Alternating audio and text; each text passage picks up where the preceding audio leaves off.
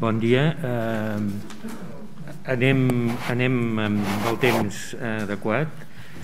Dir-vos que per raó de la intensitat de la jornada haurem de ser molt estrictes amb els temps que dediquem a cada qüestió. Dir-vos que hi ha una modificació d'horari en el programa, que farem el descans després d'aquesta primera ponència a les 10:50, a les 11 menys 10, i que a 11:45 reprendrem la jornada, la següent ponència. El col·legi ha facilitat en el bar de dalt, a la cafeteria, que puguem anar a prendre un cafè. Som molta gent, vull dir que si hi ha gent que vol sortir fora també anirà bé, però si us plau que siguem molt curosos amb el tema del temps. Gracias. Muy bien. Buenos días. ¿Se me oye? Sí. Si no me avisáis, por favor. Bueno, yo tengo el honor de presentar es un honor, bienvenido Fernando, a Fernando Santos, fiscal delegado en la protección de las personas con discapacidad de Andalucía. En 1995 fundó el Foro Andaluz de Bienestar Mental. Desde el año 2004 ha sido miembro activísimo de la Comisión de Legislación y Ética de la AEN, Asociación Española de Neuropsiquiatría. Ha participado en la elaboración de las más importantes leyes en materia de discapacidad y mayores, ley del 2003 y la reforma del Código Civil en materia de autotutela, así como la ley del 39/2006 de promoción de la autonomía personal y atención a las personas en situación de dependencia, habiendo comparecido en 2 ocasiones con este motivo ante la Comisión de Justicia del Congreso de los Diputados. Yo no puedo terminar su breve currículum, podría haber sido mucho más largo, sin decir unas palabras sobre mi experiencia con Fernando Santos. Yo he podido, ha sido todo un lujo, compartir con él las casi 20 años, ¿no?, de comisión de legislación en la Asociación Española de Neuropsiquiatría y de aprender mucho. Él ha sido realmente un excelente guía y en nuestra formación de todos los temas jurídicos que tuvimos que afrontar, que fueron muchos a lo largo de estos años, como sus brillantes aportaciones hicieron posible que la mayoría de nuestros proyectos y propuestas fueran incluidas en las nuevas reformas legales. Ha sido todos los profesionales de salud mental que configuramos, que éramos muy pocos, siempre éramos 6 o 7, esta comisión, tienen un recuerdo excelente de cómo hemos podido incluso frenar leyes como el tratamiento ambulatorio involuntario, el famoso TAI, en 3 ocasiones, gracias sobre todo a la aportación de Fernando. Fernando.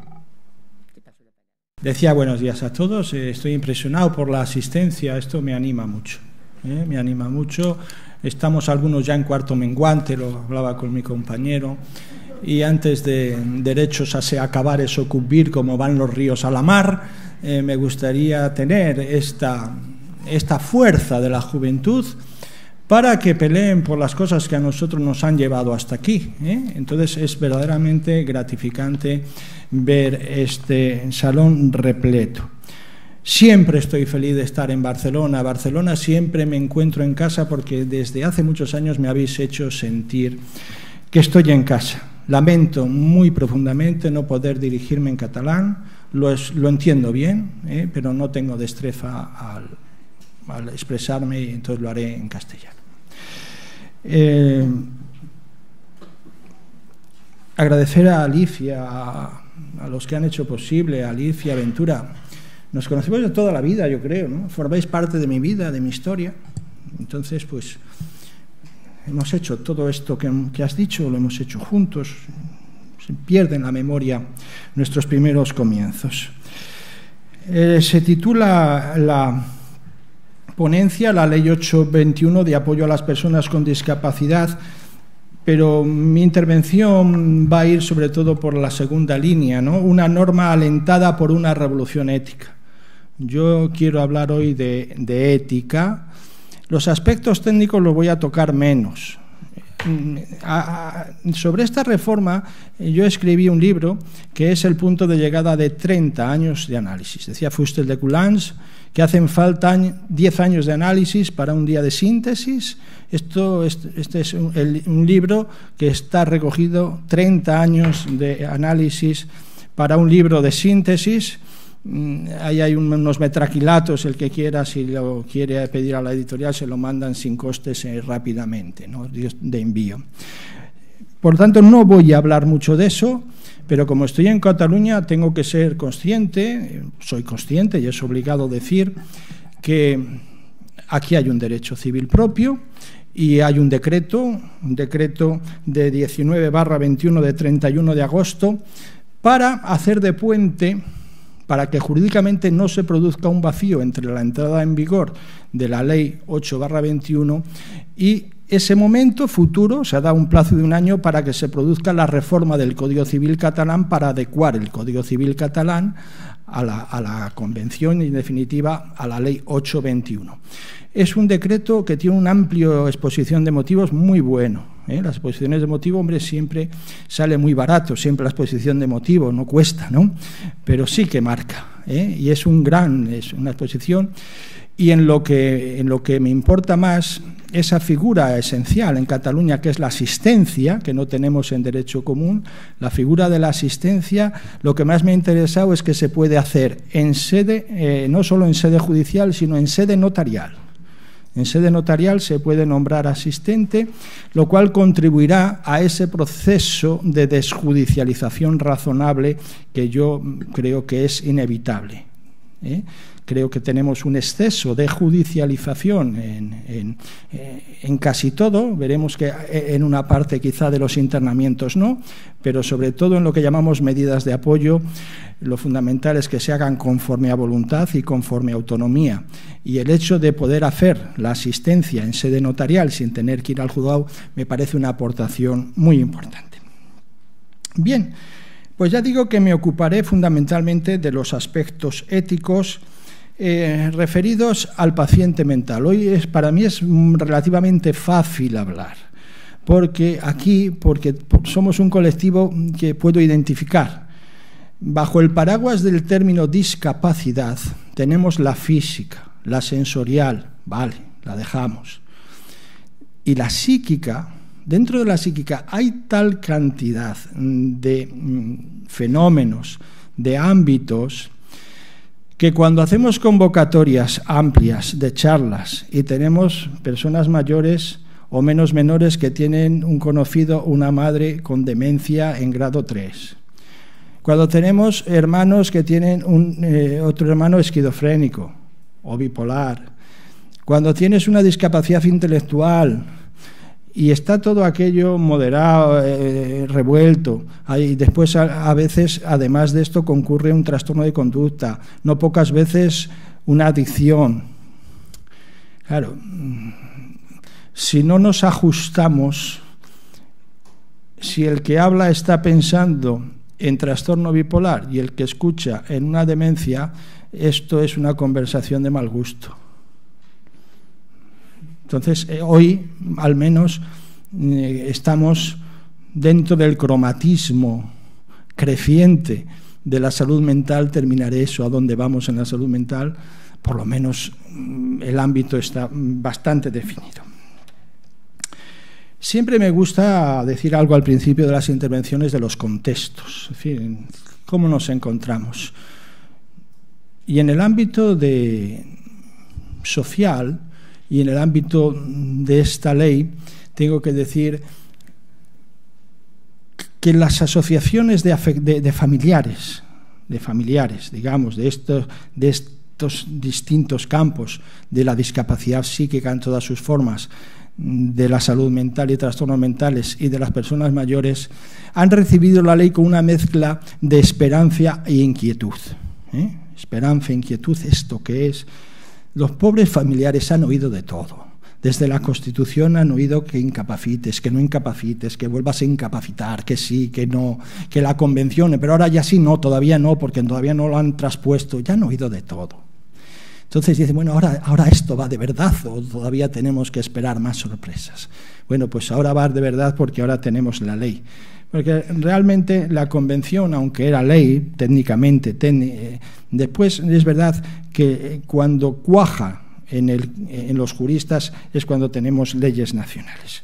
Así que hay esa sensación de esperanza, de inquietud cada vez menor en un colectivo que afecta al 8% de los habitantes de un país.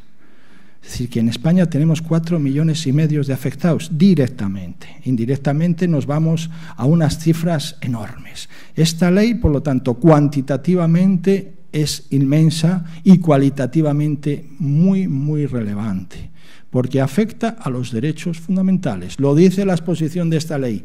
Esta ley es una cuestión de derechos fundamentales, no de cualquier cosa. Por lo tanto, lo cuantitativo y lo cualitativo concurren para ser, sin duda para mí, el texto civil más importante del siglo XXI. Y yo creo que incluso los que no lo saben lo perciben.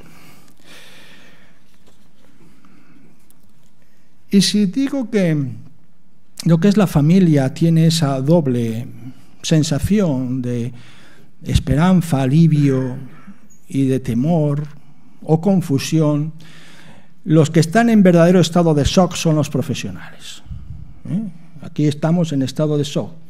Es muy importante lo que lo diga. Es que cuando uno va al médico dice, nada más sentarse, a usted le duele el pie izquierdo, ¿verdad? Dirá, sí, señor. Y después, mi señor me está entendiendo. Porque es que, claro, si no, uno parece que no se entera. No, sí, ya lo sé. Los profesionales de los ámbitos involucrados, de lo público, es decir, de lo social en todas sus formas, de lo sanitario en todas sus formas y de lo jurídico y judicial en todas sus formas, están en estado de shock. ¿Por qué? Porque hay algunas cosas que son al revés, y cuando unas cosas han sido de una manera 150 años y después son al revés, pues están en estado de shock. Imaginemos que ahora el Ebro, en vez de nacer allá en esas frías tierras de Cantabria, cerca de Reynosa, en Fontibre, pues nace en Valdebre, en las más cálidas tierras de Tortosa. Y entonces desemboca allá en Fontibre.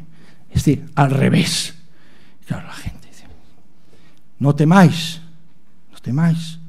Nadie se ha vuelto loco, ni nadie es un gamberro. Entre otras cosas porque esta ley es una transcripción de la Convención de la ONU de Derechos de las Personas con Discapacidad que han suscrito y han firmado 184 países. No hay 200 en el mundo, por lo tanto. Y es una ley que se aprobó sin ningún voto en contra, con la abstención de un grupo que se despistó, que ya le he reñido. En fin, entonces, en tiempos que no hay manera, porque ya digo, no me extendré en esto ahora porque quiero ir a lo que importa. Nunca ha habido un problema ideológico en este tipo de leyes, menos mal. Sí un problema metodológico de actitudes, que yo hace tiempo expliqué en un cuentecillo que se titula Crónica de Previstonia, donde se contrapone la actitud de los tribu de los previstonios con la tribu de los ya veremos. Ahí entre los previstonios y los ya veremos les pasan unas cosas. En el libro está ese cuentecillo, en un blog que tengo yo también. Bien, ¿qué pasa cuando está uno perplejo? Pues que hay resistencias. Tenemos muchas resistencias profesionales. Y se dice, esto es una quimera, muy buenas palabras, esto es inviable. Bueno, pues depende. Es mucho más inviable donde ya se ha decidido que es inviable que donde dicen, bueno, vamos a probar. Es mucho más inviable en capitales de 3 millones que en Soria. Ayer me decía, parece que estoy de cole en cole, ¿no? Ayer por la tarde estuve en el Colegio de Abogados y me decía una abogada de la Junta Directiva, esto es inviable. Y yo me acordé, en ese momento me acordé de una anécdota, alguna cosa que me llamó la atención, son de esas pequeñas anécdotas. Iba yo en el tren yendo a Barajas, en Madrid, y había un hombre muy encorbatado y que se veía que había traído a su chica, a una hermanilla con discapacidad, y la hermanilla estaba tristecilla. Estaba triste. Le decía, pero hombre, si hemos visto el Prado, ¿no te ha gustado? Y el otro, no. Pero ¿no te gusta Madrid? Dice, no. Dice, ¿por qué? Dice, porque por la noche no se ven las estrellas. Entonces hay sitios donde por la noche no se ven las estrellas. Pero eso no significa que las estrellas no existan. Entonces cuando se maldice alguna vez una ley es porque no veo las estrellas, pero hay más vida, Y el BOE tiende sus principios sobre Soria, sobre Barcelona, sobre Madrid, y en general el cambio está siendo muy grande. Las resistencias no son las de septiembre, hoy en febrero ya son mucho menores. Como digo yo, vamos vacunando con la vitamina C del convencimiento. Vamos, primero la vitamina C del conocimiento. En la medida que explicas, se cambian las mentalidades, la alquimia mental que producen las ideas, unas ideas provocan otras ideas, y estas ideas son favorables porque ahora entiendo que esto es un proyecto de derechos humanos. Esto es acabar quizá con el último apartheid jurídico, que era el apartheid de las personas con discapacidad, que además era un apartheid que ya no se podía mantener porque estaba desacompasado. Si vamos y nos fijamos ahora la atención mental en los protagonistas de las películas campeones, que hacen deportes, que tienen vida, todo eso, ¿cómo se les va a privar del derecho del voto? ¿Cómo se les va a despojar de los derechos? No tiene sentido. Entonces tenemos que incorporarlos. Somos un desastre las personas, somos capaces de los mayores horrores, pero después de los horrores tenemos impulsos éticos que nos hacen alumbrar textos magníficos. Y sobre esos textos, que son los textos éticos, también nos edificamos, ¿no? Y esta es una ley que es precisamente eso, llevar a personas que estaban en los márgenes, sobre todo en este caso márgenes jurídicos, los vamos a llevar al centro de la carretera. La civilización prospera cuando metemos más gente en el centro. Las sociedades donde de 10 manda 1 y 9 obedecen son muy ordenadas, pero no hay derechos. Donde de 10, los 10 tienen derechos son muy complejas, pero se viven los derechos. Entonces, todos tenemos que tener derechos, también las personas con discapacidad, y esta ley los trae. Por lo tanto, ahora veremos si esto es tan bonito con los enfermos mentales, que no lo es. Voy de lo general a lo particular. Decía que la vitamina C del conocimiento es importante, y el convencimiento se produce cuando comprobamos que eso que está en los textos se hace vida en las personas. Si esto fuese un mero discurso, no valdría para nada. El derecho se hace vida en las personas, y la magia del derecho muchas veces es un papel, tinta y un argumento. Y con eso cambiamos. Yo he visto cambiar por el derecho el rumbo de tantas vidas, porque, como ha dicho Alicia, siempre, desde el año 99, he estado en la legislación. Mucho parando. El TAI lo paramos 3 veces, el Código Penal 2 veces. Y ya era hora de hacer algo en positivo. En positivo, esta ley, que prácticamente recoge la inspiración de un gran documento de la AEN, de 186 páginas, que nos costó mucho hacer. Ahí está la inspiración de toda esta ley. Es para que, en definitiva, si hago un atajo muy grande, para tener una oportunidad de ser feliz. La felicidad no es un derecho, porque si no lo fuésemos podríamos reivindicarla ante los tribunales. Es una oportunidad. Y para eso hay unos mimbres. Y es curioso que en la Constitución nos dice los mimbres, pero no nos dice en el final. Solo hay 8 constituciones en el mundo donde hablan de la felicidad, que es donde todos queremos llegar. También el paciente mental, a su manera, quizá en las menudas cosas del vivir cotidiano, quizá en cosas imperfectibles que para la gente fuerte no se fija. Sus derechos fundamentales son ¿Qué me hace feliz o qué me hace menos infeliz? Y para eso tiene que haber un entramado jurídico. Pero eso no es suficiente. Tiene que haber alguien que crea en ese entramado jurídico para que al final la magia esa sea posible. Que unos textos que son éticos produzcan conductas éticas que sean el apoyo para esa oportunidad de ser feliz o de ser menos infeliz, cada uno a su manera, conforme a su voluntad, deseos y preferencias. Y aquí he llegado a la gran idea fuerza, al bajo continuo, lo que aparece 80 veces en esta ley. Todo el faro es estaros pendientes de la voluntad, de los deseos y preferencias de la persona vulnerable. Hasta ahora lo que había era una suplantación. Vamos a nombrar a otra persona para que decida, pero ponemos una muralla.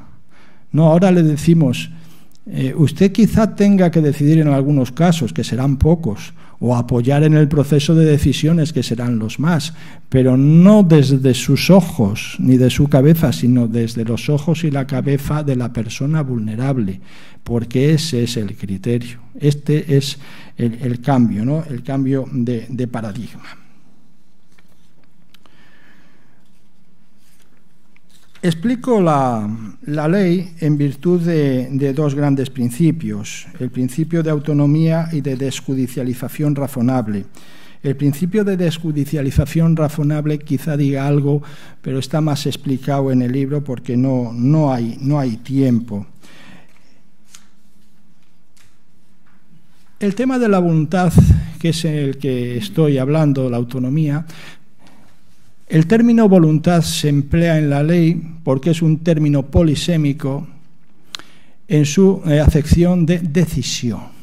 Decisión. Voluntad, dice, tienes una gran fuerza de voluntad. Esa es otra acepción. Esa voluntad es esa aptitud para ejecutar lo decidido, ¿no? Entonces, cuando habla la ley de voluntad, habla en términos de decisión.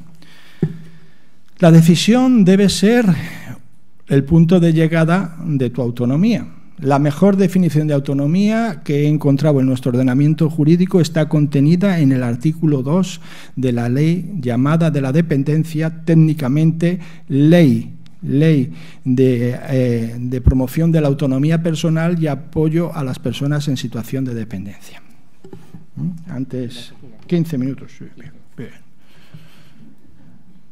Llamo la atención a los juristas y a los no juristas también de que todas las leyes del siglo XXI en la materia contienen la palabra autonomía. La tan conocida Ley 41/2002 de autonomía del paciente. Al año 2003 la Ley de autotutela. Esta del 2006 de promoción de la autonomía y atención. Y la Convención del 2006 ratificada en mayo del 2008, donde en el frontispicio está la palabra autonomía. ¿Y qué dice qué es la ley esta de promoción de la autonomía y apoyo a las personas en situación de dependencia? Dice, es la capacidad de controlar, afrontar y tomar por propia iniciativa decisiones personales acerca de cómo vivir. Decisiones personales acerca de cómo vivir, de acuerdo con las normas y preferencias propias. De acuerdo con las normas y preferencias propias, así como desarrollar las actividades básicas de la vida diaria. Cada persona es un mundo y tiene derecho a serlo, con los límites ordinarios. Lógicamente, si hay un semáforo en rojo, te tienes que parar. Y dice, a mí no me apetece, pues te paras. La ley, el prejuicio inaceptable de tercero, las salvaguardas, el carácter propio del acto, la dignidad, son límites. Pero dentro de eso yo tengo mi margen. Hoy estamos en el pensamiento único. Yo vengo del pensamiento crítico. No encuentro en la Constitución en ningún sitio donde hable del pensamiento único. Sí encuentro en la Constitución, en el artículo 16, libertad religiosa, ideológica y de culto. esto, de acuerdo con mis preferencias. Así que uno de los mantras que se ha caído del ordenamiento jurídico es ese socorrido concepto del interés superior de la persona con discapacidad. Interés superior de la persona con discapacidad es un cajón desastre, una acumulación de condensaciones, quizá de algunos consensos, que permite eludir el plantarte delante de la persona y decir: Juan, ¿qué te hace feliz? Rosa, ¿qué quieres? No, porque como ya me lo imagino, y usted perdone, no se lo imagine, pregúntemelo. Pero para eso hay que pararse. Y hay dos prefectos para los que actuamos en la Administración de Justicia en los procedimientos que nos dice que nos tenemos que parar. Y les han puesto el mismo número. Es el artículo 7 bis de la Ley de Enjuiciamiento Civil y el artículo 7 bis de otra ley que se llama Ley de Jurisdicción Voluntaria, que en definitiva es: párese usted, señor juez, y vamos a ver si hacemos posible el derecho a entender y ser entendido. Porque es que si no, dice, le notifiqué, firme usted aquí, pero ¿se ha enterado? No. El derecho a entender y ser entendido está ya formalmente en nuestra legislación más básica, porque estaba en el artículo 13 de la Convención de la ONU. Y para los notarios, el artículo 25.2 de la ley del notariado viene a decir lo mismo. Párese usted, señor notario, porque ahora que se están parando los que han querido pararse, dice: pues ¿sabes que este chico puede hacer un poder preventivo? Pues claro, yo ya lo sabía, el que no lo sabía eres tú, porque no te has parado. Bien. La decisión, he dicho que es el paradigma de la autonomía, pero esto nos lleva al cabo de hornos, ¿no? Al gran paso, al gran problema, que es saber qué es la decisión, qué es la capacidad para decidir. Yo le he dedicado mis mejores horas a esto, de manera que en mis sueños clamaba por un capacímetro que me dispensase de esto. No tenemos capacímetro, como tienen los médicos un termómetro para la temperatura que dice: pues mira, tienes 38 fiebre leve, tienes 39 fiebre media, tienes 40 fiebre alta. Ojalá pudiésemos poner a la persona vulnerable que pronuncia unas palabras un capacímetro que nos dijese: mira, tiene o no tiene. No tenemos esos auxilios ni se los espera. No hay más respecto de eso que pararse, respecto del enfermo, pararse y tener un método y si acaso repetirlo, y con eso yo me quedo bastante tranquilo respecto de si lo que pronuncia obedece verdaderamente es una decisión competente o formada. Sí me interesa resaltar que pronunciar no es decidir. Y decidir no es pronunciar.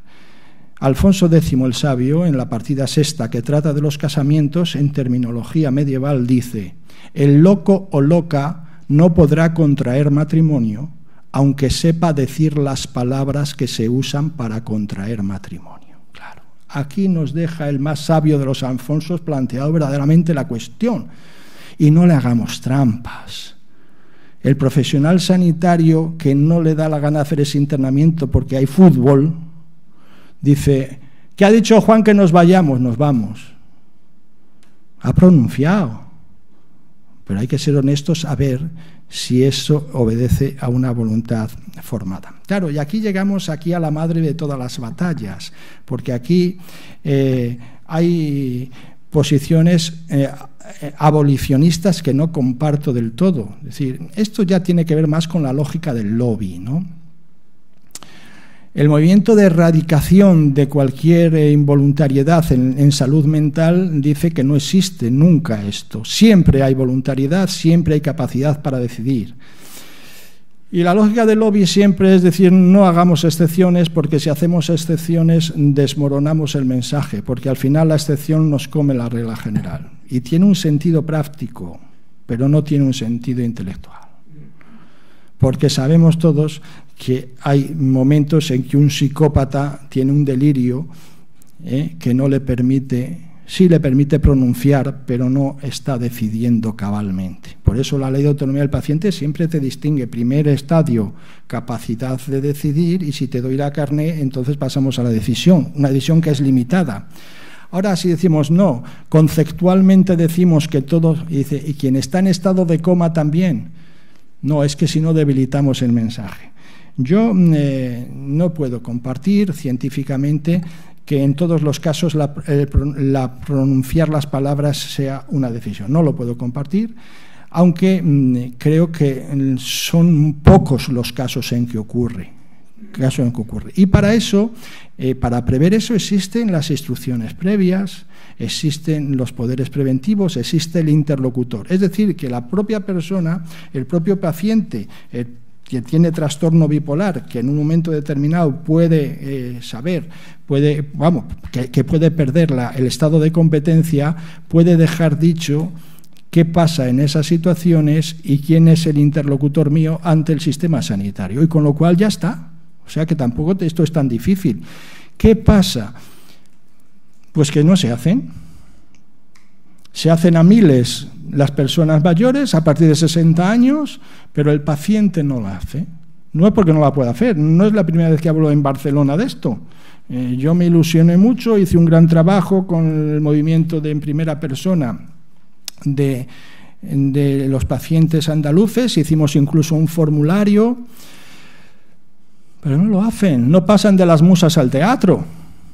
En fin, yo he inspirado a alguno de un trastorno bipolar y la verdad que me costó mucho porque cuando esté aquí me volvió loco, pero bueno, al final dicen, no veas qué bien salió. Bueno, son instrumentos donde podemos, esas situaciones donde yo digo que pronunciar no es decidir, para cuando pase eso, lo podemos. En Andalucía la propia Junta de Andalucía dijo, bueno, vamos a hacer unos talleres de voluntades compartidas. No es eso. En definitiva es no soltar el poder, no soltar el poder, es decir, no, esto vamos a ver, hasta dónde vamos a llegar. Bueno, pues esas según la ley, cuando están hechas son vinculantes con los límites que la propia ley de autonomía del paciente requiere, ¿no? Y además puede haber no solo esto, sino se pueden hacer poderes preventivos que no se refieren solo a la cuestión médica, sino a todas en general. Todo en general se puede hacer y no se hace, lo cual pues es un problema. El tema de los internamientos, es tal la polémica que hay que la reforma, siendo el prefecto más necesitado de reforma, no lo ha tocado. Hay una polémica tal entre abolicionistas, no abolicionistas, que han considerado no tocarlo, pero esto es una asignatura pendiente. El 763 sigue igual. No me preocupa mucho el del 763 los motivos de los ingresos, porque yo situaciones como las que describe Torcuato Luca de Tena en Los renglones torcidos de Dios, yo no he encontrado. Es decir, que en 33 años no he visto abusos. Ahora, lo que ya no puedo decir lo mismo es dentro de las unidades. Una cosa es que tengas restringido o privado el derecho de la libertad deambulatoria y otra cosa es que deban perecer todos los demás derechos. Es decir, el derecho a la integridad física y moral permanece dentro de las unidades, el derecho a la intimidad permanece, el derecho a la imagen permanece, el derecho a la comunicación permanece. Y aquí lo que tenemos son protocolos. Protocolos de buenas prácticas, y hay sitios donde hay profesionales que tienen la actitud adecuada y se cumplen, y otros donde no la tienen y no se cumplen. El defensor del pueblo tiene unas visitas y tenemos de todo. El defensor del pueblo tiene ejemplos de todos los colores, ¿no? Y a mí me da la impresión de que en esto no hemos ido a mejor. Y aquí sí que me gustaría que esa previsión de que se nombre a un abogado, que los internamientos tuviesen una asistencia letrada, sería importante. No digo tanto para el tema de la privación de libertad, que considero que los ingresos son terapéuticos, sino para posibles abusos y malas prácticas que se pueden dar allí. Este es terreno fundamentalmente de enfermería, donde enfermería los tenemos magníficos y los tenemos inhibidos, en fin, aquí hay de todo, pero es demasiado importante esto como para dejarlo solo a la aptitud. Bien, es verdad que la presencia limitada en el confinamiento no presencial del juez, del forense, en alguna medida también mantiene, ¿no?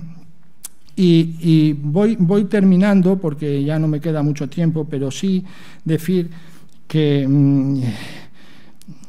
tengo cierta tristeza, hoy en día menos ya triste ante esta.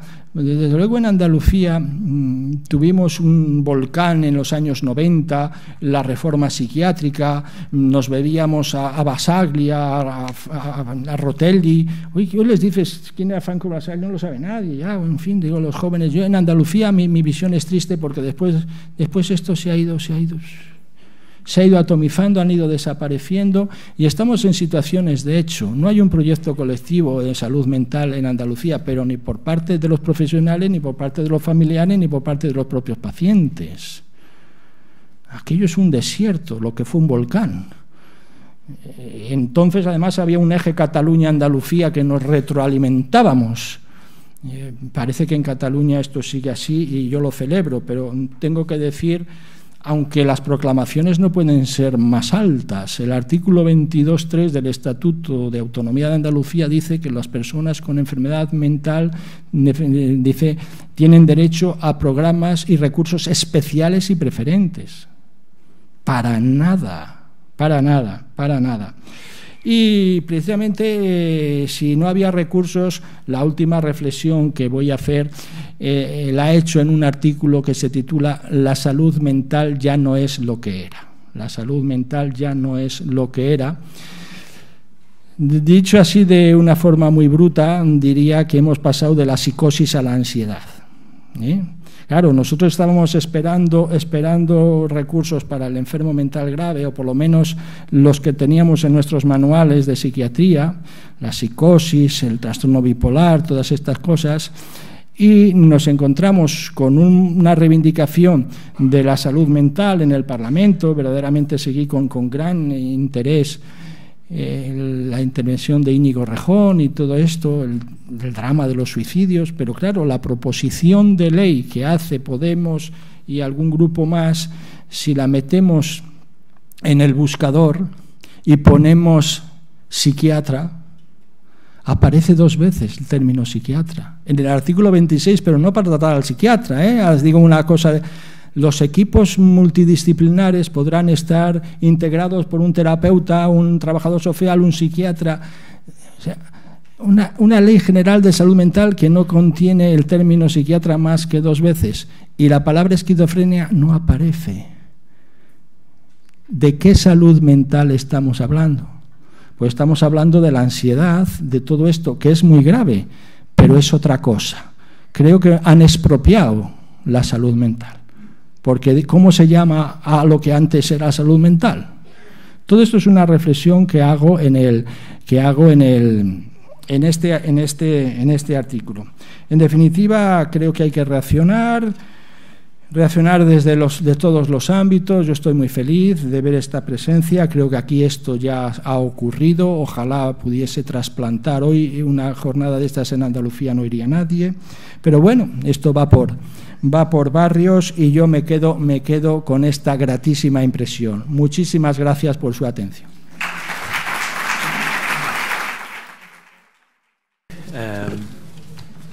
Moltes gràcies, Fernando. Passem al torn de paraules. Tenim fins a les 10:50, a les 11 menys 10. Si us plau, a l'intervenir, presenteu-vos també, digueu el nom i d'on veniu, què és la feina que feu, i tractem de ser breus, si és possible. Endavant. No, con micro.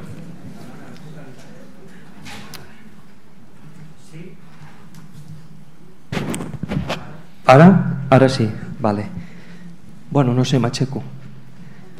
Hola, bon dia, em dic Manel Atxerias Luque, soc assessor jurídic de la Federació Catalana d'Entitats de Salut Mental en Primera Persona i també estic col·laborant amb la Federació de Salut Mental Catalunya.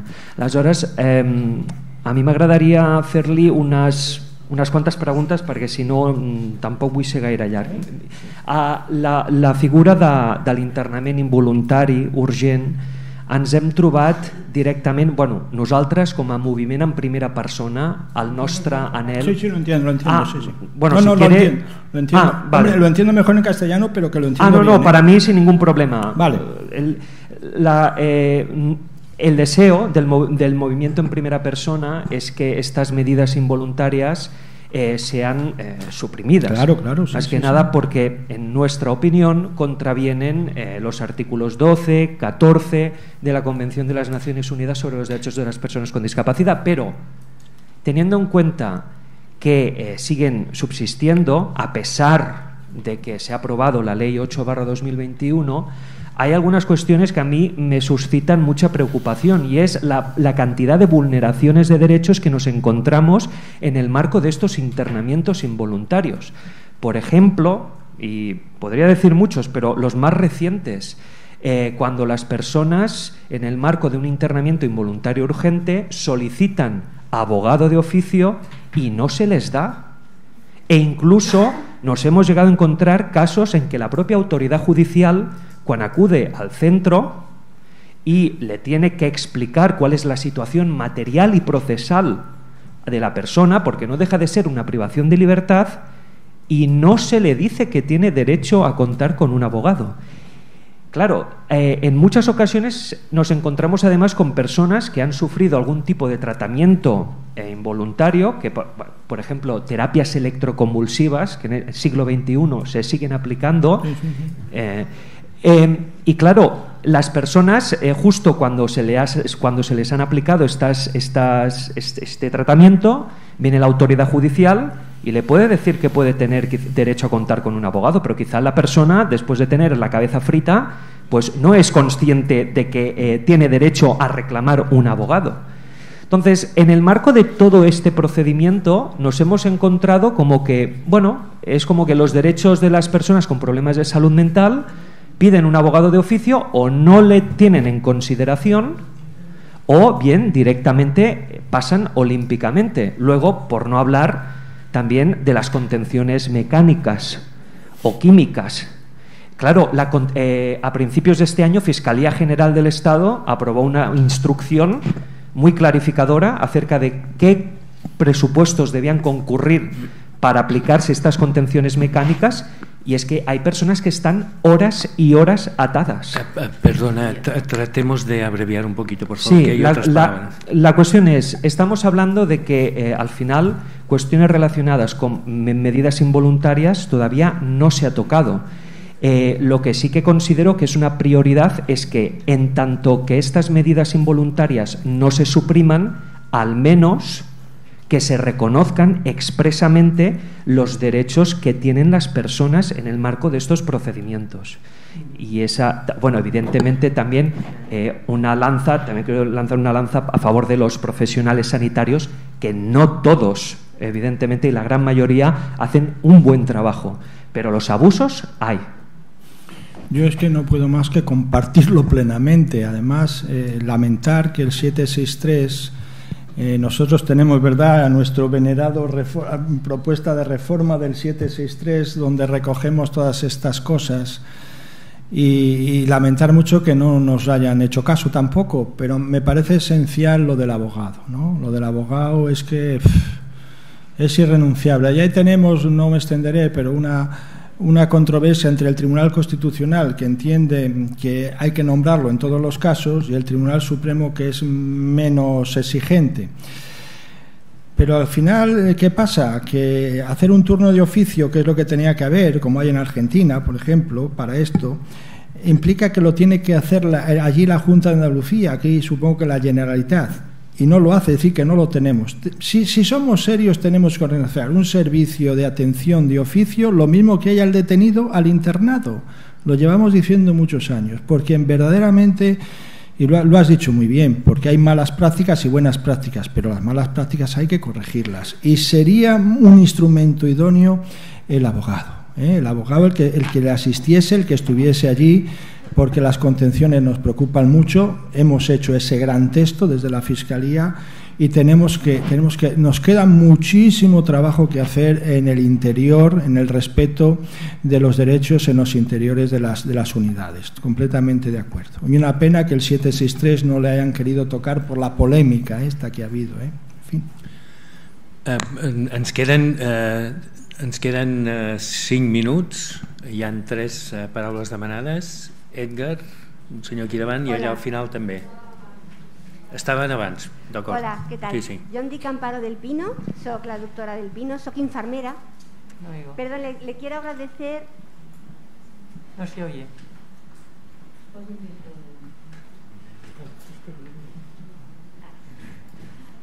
Hola, ahora sí. Sí, mejor. Yo me llamo Amparo del Pino, soy la doctora del Pino, soy enfermera. Quiero agradecer pues que tenga unas palabras para nosotras, las enfermeras, la importancia que ha dado de nuestra labor. Estoy rodeada de compañeras que trabajamos o que colaboramos. Yo soy profesora de la Universidad de Barcelona, pero colaboro con el Hospital de Bellvitge.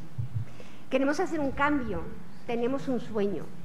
Pero ahora usted, con las palabras que nos ha dicho, nos ha dejado un poco tocadas. A todas 4 nos mirábamos, porque en realidad necesitamos un marco filosófico, un marco de actividad, ¿no?, donde poder desarrollarnos, pero necesitamos un marco legal. Y no nos sirve que se comparen a las personas que tenemos ingresadas, a nuestros pacientes, se comparen con personas que están en nivel carcelario. Ni más ni menos, no quiero decir que sean ni más ni menos, sino que son muy diferentes. A mí no me sirve que venga un abogado a decirme si esta persona nosotros la estamos tratando bien o no, para ser claros.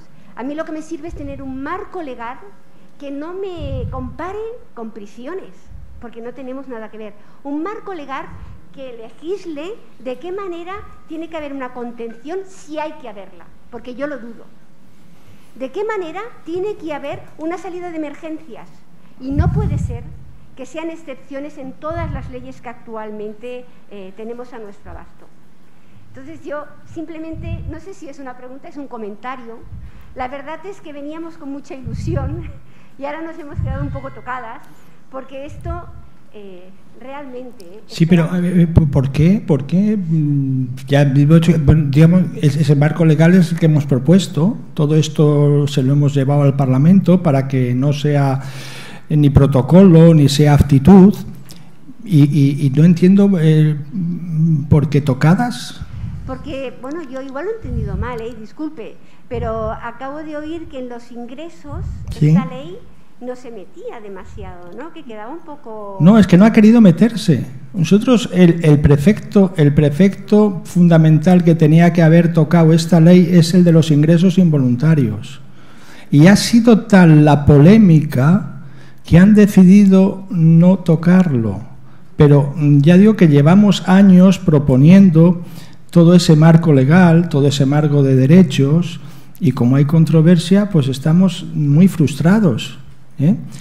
Pero dentro de eso podemos rescatar algunas cosas. Creo que es importante que la persona que está ingresada como internada, no como detenido, la sentencia del Supremo dice eso, no me compare usted un detenido con un internado, tenga, si se le ha restringido algunos derechos o hay alguna contención desmesurada, pues tenga la facultad de hacerlo, ¿no? Pero tampoco tenemos abogados, ¿no? No hay nada. Entonces, depende de la actitud y de la buena voluntad del personal de enfermería, fundamentalmente, que es el que convive 24 horas. El psiquiatra es un señor que va por allí de vez en cuando, pero donde está lo que da sostén a todo aquello es el personal de enfermería, ¿no? Entonces yo no me iría, yo compartiríamos la frustración de que esta ley no ha tocado el 763, pero no porque no haya querido tocarle, sino precisamente porque habiendo querido tocarle mucho, ha habido una polémica muy grande. Y yo no sé cuándo volverá a pasar el tren para que podamos tocarlo, ¿no? Pero bueno, mientras tanto, cada uno en su unidad sabemos perfectamente lo que son los principios éticos, ¿eh? Y eso en nuestra mano está, cada uno nosotros lo que llamamos el efecto José Mari. El efecto José Mari es el que encarna los principios éticos y donde están todo va bien. Y donde no hay el efecto José Mari, pues las cosas van mal, ¿eh? Y esto, por muchas leyes también que tengamos, eso va a haber una parte que quede incoercible, ¿no? El defensor del pueblo tiene experiencias muy duras, muy duras de unidades y otras muy bonitas, en fin. Pero yo, más allá de la frustración de no tener una legislación, de que haya pasado, yo creo que mañana se puede ir igual de animado al trabajo, ¿no? El lunes. Naturalmente, con la misma filosofía, y disculpen, pero yo espero que ese mismo derecho que tiene una persona que ingresa en un servicio de psiquiatría también lo tenga una persona que ingresa en un servicio de digestólogo, de neumo, en cualquier lado. Eso se contiene mucho más en trauma que en unidades de salud mental, ¿eh? Sí, sí. Edgar. No, després, segon. Per favor, sigueu molt breus ja, que estem fora de temps. Sí, yo la pregunta, en algún momento de su exposición ha hecho mención al documento de voluntades anticipadas, ¿no? Criticando ese modelo de decisiones compartidas, entendido así. Si solo se queda en eso. Si solo se queda en eso, correcto. Entonces, aquí en Cataluña hemos hecho 3 movimientos en este sentido. Hay una clara posición desde los estamentos de poder hacia las compartidas que nos recomendaría para ir hacia las anticipadas. Y antes de que me responda, simplemente, no solo, o sea, podríamos empezar cuando estamos ingresados en poder hacer uso de la unidad de atención al usuario, que también se nos priva, aunque está bien cerquita de la unidad donde estamos. Sería como un primer paso que aquí la Unión de hospitales podría hacer un compromiso en ese sentido. Y para acabar, un poco menos de vitamina E del estigma, porque sí que si las palabras son importantes y cambian realidades, igual revisar también en este cuarto menguante de qué maneras nos referimos a ciudadanos y ciudadanas sujetas, que somos conscientes del daño que hacen ciertas palabras. Sí, de las dos cosas rápidamente. La primera, los protocolos de compartidas yo lo llamo la domesticación del movimiento de pacientes mentales. Los que hacía 30 años eran mucho más cañeros, que no lo hubiesen afectado, ¿no? Pero aquí, bueno, pues se ha llegado digo en Andalucía, no conozco aquí, digo en Andalucía los dieron un despacho y una cosa y después todos hacer un taller de compartidas. No, hay gente que se alza individualmente, como el que tuve yo, un trastorno bipolar, que no está en ninguna asociación ni está en nada, y que dice, oiga, yo voy a hacer uso de unas instrucciones previas y me voy al notario y las hago, y eso vincula. El problema es que al vincular el eje de poder cambia. Yo la tengo hecha. Bien, entonces eso, si hubiese muchos, entonces lo que yo llamo es no caer un poco en la trampa del taller de las compartidas, que está bien, pero es decir, bueno, vamos a ver si así no llega la cosa más, no, hay que llegar hasta el final. Y el tema del estigma, completamente de acuerdo. Además, el estigma en salud mental no mejoramos nada, En fin, ya las palabras, digo que incluso las campañas no están resultando. Después, bueno, pues yo no sé aquí cómo gusta que os llamemos, porque yo ya no sé cuántas, en fin, yo hablo de usuarios o pacientes de salud mental, otros son personas con experiencia en salud mental. Yo, cualquier palabra me es buena. Lo que sí va siempre el afecto, en mi caso, ¿no? En mi caso siempre está el afecto, eso está claro, ¿no? Una última paraula aquí, sisplau. Aquí davant. Presenteu-vos, sisplau. Sí? A veure, em dic Xavier Pereda, soc jutge. Quería... Javier, sí. No se oye.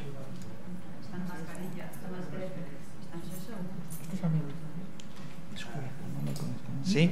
¿Ahora? ¿No? Bueno, no sé si se oirá o es un problema... ¿Ahora? Ahora, vale, bien.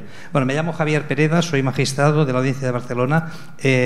Comparto totalmente las posturas de Fernando, específicamente en el tema de la designación de abogado, y apuntar por donde están tomando derroteros las actuaciones de los letrados. Un asunto de la semana pasada, de un ingreso no voluntario de una señora, en la que el abogado, partiendo del artículo 212.5.2 del Código Civil de Cataluña, en el que se dice que para el ingreso por causa de urgencia debe fundarse en un riesgo inmediato y grave para la salud del enfermo y para la integridad física o psíquica del enfermo o de otras personas, los argumentos del abogado son: no existe riesgo inmediato y grave, no se describe por el médico psiquiatra en el informe médico ningún riesgo inmediato o grave, las alucinaciones auditivas no implican un riesgo, no se alude a tendencias violentas o suicidas, ni a altercados o problemas convivenciales. Esto se podría haber tratado en régimen ambulatorio, para que veáis un poco por dónde van. O sea, cuando actúan los abogados van en esta defensa. Ergo, los médicos psiquiatras o los sanitarios que tengan que informar o autorizar los internamientos psiquiátricos creo que deberían ir trabajando en la línea de lo que tú decías sobre lo que es la voluntad o no es la voluntad, cuando realmente hay un riesgo o no hay un riesgo. Eso sin hablar de los tratamientos, digamos, una vez ingresados, los tratamientos tan agresivos, que por ejemplo en el ámbito de los menores con problemas de conducta ya está regulado en la Ley de Enjuiciamiento Civil, en los CREIs, en los centros de... y por tanto ahí hay un control judicial de las medidas de contención farmacológicas, físicas, etcétera. Gràcies. Molt bé, doncs donem per acabar aquesta taula. A 11:45, a 11:15, tornem a començar.